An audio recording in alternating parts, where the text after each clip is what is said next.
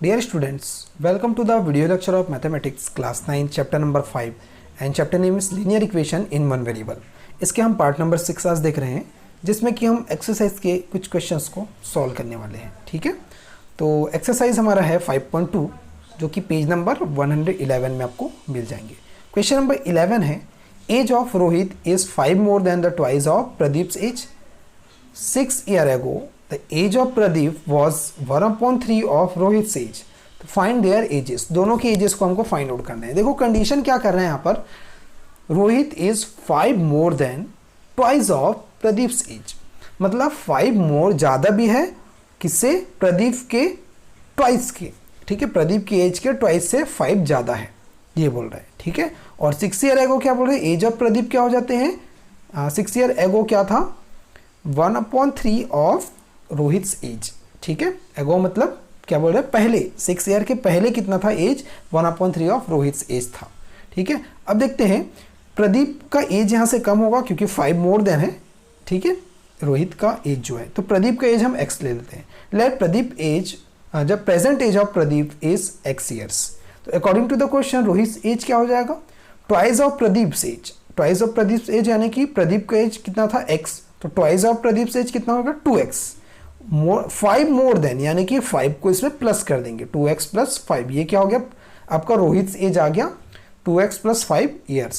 6 years ago यानी कि 6 years के पहले एजेस क्या होंगे, प्रदीप एज कितना होंगे, पहले x थे तो 6 years ago क्या हो जाएंगे 6 माइनस। ठीक है, तो x - 6 years, तो रोहित एज क्या हो जाएगा यहाँ पर 2x + 5 - 6, ये था, इसमें हमने 6 माइनस कर दिया ईयर्स।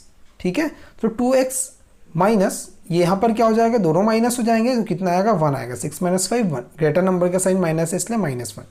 ठीक है, अब उसके बाद अकॉर्डिंग टू क्वेश्चन क्या कहा गया है। ठीक है, पहले एक बार देख लीजिए, age of Pradeep was 1/3 of Rohit age. ठीक है, 6 years के पहले वाला, मतलब ये वाले कंडीशन में कह रहा है प्रदीप का एज जो है जो था वो रोहित के एज से 1/3 है। तो x - 6 ये क्या है आपका, Pradeep age is equal to 1/3 of Rohit age, ये रोहित का एज है। ठीक है, ये हमने अभी निकाला था। अब यहाँ से 3 × x - 6 is equal to 2x - 1। ठीक है, ये कैसे हुआ, 3 को हमने क्रॉस मल्टीप्लाई कर दिया इसके साथ। अब इसका मल्टीप्लाई करेंगे, 3 × x कितना हो जाएगा आपका 3x हो जाएगा, -3 × 6 = 18 इज इक्वल टू 2x - 1। अब एक्स्ट्रा टर्म को हम लेफ्ट साइड में ला लेंगे और कांस्टेंट टर्म को राइट साइड में। ठीक है, तो ये हो जाएगा 3x - 2x और 18 को इधर ले जाएंगे तो +18। ठीक है, तो हमको क्या मिल गया, देखिए यहाँ से 3x - 2x कितना हो गया, x इज इक्वल टू 18 - 1 17।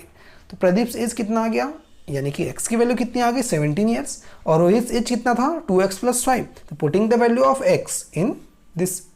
ठीक है, तो 2 × x की वैल्यू 17 + 5, हमने x की जगह पे 17 पुटअप कर दिया। ठीक है, अब उसके बाद 2 × 17 कितना होता है, 17 × 2 = 34 और +5 कितना होगा 39। तो ये आपका आ गया आंसर, 17 years जो है वो प्रदीप का एज होगा और रोहित का एज होगा 39 years। क्लियर। देखिए question number 12, a motor boat goes down stream in a river covers the distance between the 2 coastal town in 5 hours। ठीक है, मतलब जब बोट जो है वो रिवर के डाउन स्ट्रीम में चल रहा है तो डिस्टेंस जो है वो 5 hours में कवर करा है। 2 यहाँ पर टाउन है, कोस्टल टाउन्स हैं, उसके बीच का डिस्टेंस जो है वो 5 hours में कंप्लीट कर रहा है। It covers the same distance up stream in 6 hours। Up stream में इनको डिस्टेंस कवर करने में 6 hours लग रहे हैं, मतलब ज़्यादा टाइम लग रहे हैं। The speed of water is 2 km/h, find the speed of the motor boat in still water. Still water में आपको मोटर बोट का स्पीड फाइंड आउट करना है।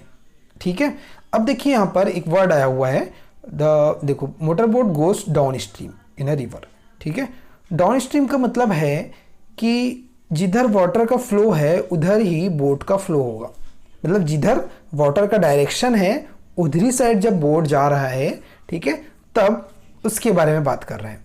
अप स्ट्रीम मतलब क्या होगा, जिधर आपके वाटर का जो फ्लो है उसके अपोजिट में, उसके अगेंस्ट में जो है वो बोट जा रहा है। ठीक है, इसको वो रिप्रेजेंट कर रहा है। ओके, तो इसमें देखते हैं, let the speed of boat in still water is x kilometre per our. ये हमने ले लिया जो हमको फाइंड आउट करना है, ठीक है। तो speed of flow of water कितना है 2 किलोमीटर पर आवर, ये अभी हमने एज्यूम ले लिया, ठीक है, गिवन है।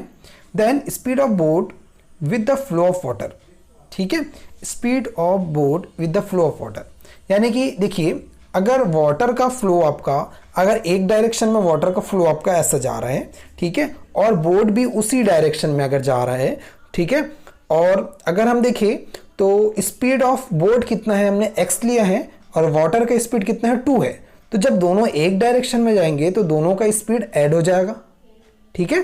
तो यानी कि x क्या है बोट का स्पीड है और 2 जो है वाटर की स्पीड है, तो जब एक ही डायरेक्शन में जाएंगे तो x + 2 हो जाएगा किलोमीटर पर आवर। और जब अगेंस्ट कहा गया है the speed of boat against the flow of water, यानी कि आपका एक डायरेक्शन में आपका वाटर का अगर डायरेक्शन है और दूसरा बोट आपका ऐसे जा रहा है, उसके अपोजिट वाटर इधर जा रहा है बोट इधर जा रहा है, ठीक है। तो दोनों एक दूसरे के जब अपोजिट जा रहे हैं तो बोट को आगे जाने में थोड़ा सा तो फोर्स लगाना पड़ेगा, ठीक है, यानी कि इसका स्पीड जो है कम होगा, ठीक है, बोट का स्पीड कम हो जाएगा वाटर के डायरेक्शन अपोजिट होने के कारण, ठीक है। इसका मतलब क्या है कि जो आपका बोट का जो स्पीड है उसमें से क्या कर देंगे, अब वाटर की स्पीड को माइनस कर देंगे, ठीक है, क्योंकि अपोजिट डायरेक्शन में जाने के कारण स्पीड कम हो जाएगा और उतना ही ज़्यादा टाइम लेगा टाउन तक पहुंचने के लिए, ठीक है। तो यहाँ पर क्या होगा, x बोट का स्पीड है और 2 जो है वाटर का स्पीड है, तो x - 2 लेंगे जब अगेंस्ट में जाएगा, ठीक है, kilometre per our, okay. Next अब आगे देखते हैं इसमें अकॉर्डिंग टू क्वेश्चन क्या गया है, with the flow of water, आपको एक फॉर्मूला याद होगा, ठीक है, speed is equal to distance upon time, ये स्पीड का एक फॉर्मूला होता है। अब स्पीड हमने लिया है x + 2, यहाँ बोला गया है with the flow of water, water के ही फ्लो में जा रहे हैं तो प्लस वाला देंगे, यानी कि x + 2 इज इक्वल टू, हमने यहाँ पर क्या कर लिया, टाइम ले लिया, टाइम कितने आवर्स लग रहे हैं जब डाउन स्ट्रीम में चल रहे हैं 5 आवर्स लग रहे हैं, ठीक है, और डिस्टेंस को s ले लिया, या आप कुछ और भी y ले सकते हो, z ले सकते हो, कुछ भी ले सकते हो, ठीक है। यहाँ पर हमने डिस्टेंस को s ले लिया है, ठीक है। Therefore s is equal to 5 × x + 2 by cross multiplication, ठीक है। And against the flow of water क्या हो जाएगा आपका, x - 2 लेंगे, ठीक है, जैसे हमने x + 2 लिया था फ्लो ऑफ वाटर के लिए, अब इसमें against the flow of water के लिए x - 2 is equal to s/6 आर कहा गया था, इसलिए अपॉन में हमने टाइम को लिया है 6, ठीक है। फिर क्रॉस मल्टीप्लाई होगा तो s इज इक्वल टू कितना होगा 6 × x - 2। ये 2 इक्वेशंस हमारे पास आ गए, इक्वेशन 1 इक्वेशन 2। अब देखेंगे दोनों इक्वेशन में जो है, दोनों में ये चीज कहा गया था सेम डिस्टेंस, ठीक है, डाउन स्ट्रीम में भी बोट सेम डिस्टेंस कवर कर रहे हैं और अप स्ट्रीम में भी बोट सेम उसी डिस्टेंस को कवर कर रहे हैं, यानी कि दोनों का डिस्टेंस क्या होगा, सेम होगा, ठीक है। तो इक्वेशन 1 जो डिस्टेंस हमने निकाला था, इक्वेशन 2 में जो डिस्टेंस निकाला था, दोनों डिस्टेंस सेम होंगे, यानी कि इक्वल होंगे, ठीक है। तो हम क्या करेंगे इसमें, फ्रॉम इक्वेशन 1 और 2 दोनों को हम इक्वल लेके चलेंगे, ठीक है। तो इसका मल्टीप्लाई कर दीजिए, 5x + 5 × 2 = 10 is equal to 6x - 6 × 2 12, ठीक है। अब x वाले को एक तरफ, कांस्टेंट टर्म को एक तरफ, तो 5x - 6x is equal to -12 - 10, ठीक है। तो यहाँ ये क्या होगा, प्लस माइनस माइनस, तो 6 - 5 x कितना हो जाएगा, x हो जाएगा, ग्रेटर नंबर माइनस है इसलिए -x इज इक्वल टू, यहाँ भी माइनस माइनस प्लस, इसलिए 12 + 10 22 -22। अब दोनों में जब माइनस है तो x की वैल्यू क्या हो जाएगी, प्लस में आ जाएगी, यानी कि x इज इक्वल टू 22। तो speed of motor boat in still water is 22 kilometre per hour. x हमारा क्या था, स्पीड ऑफ बोट था इन स्टिल वाटर, तो x की वैल्यू हमने ला लिया, तो speed of motor boat in still water कितना हो गया, 22 किलोमीटर पर आवर, ये आपका आंसर हो जाएगा, ओके, ठीक है। तो ये जो आपका चैप्टर था लीनियर इक्वेशन, वो आज कंप्लीट होता है यहीं, तो इसके आगे आपको पॉइंट्स टू बी रिमेंबर लिखना होगा, ठीक है। Thank you.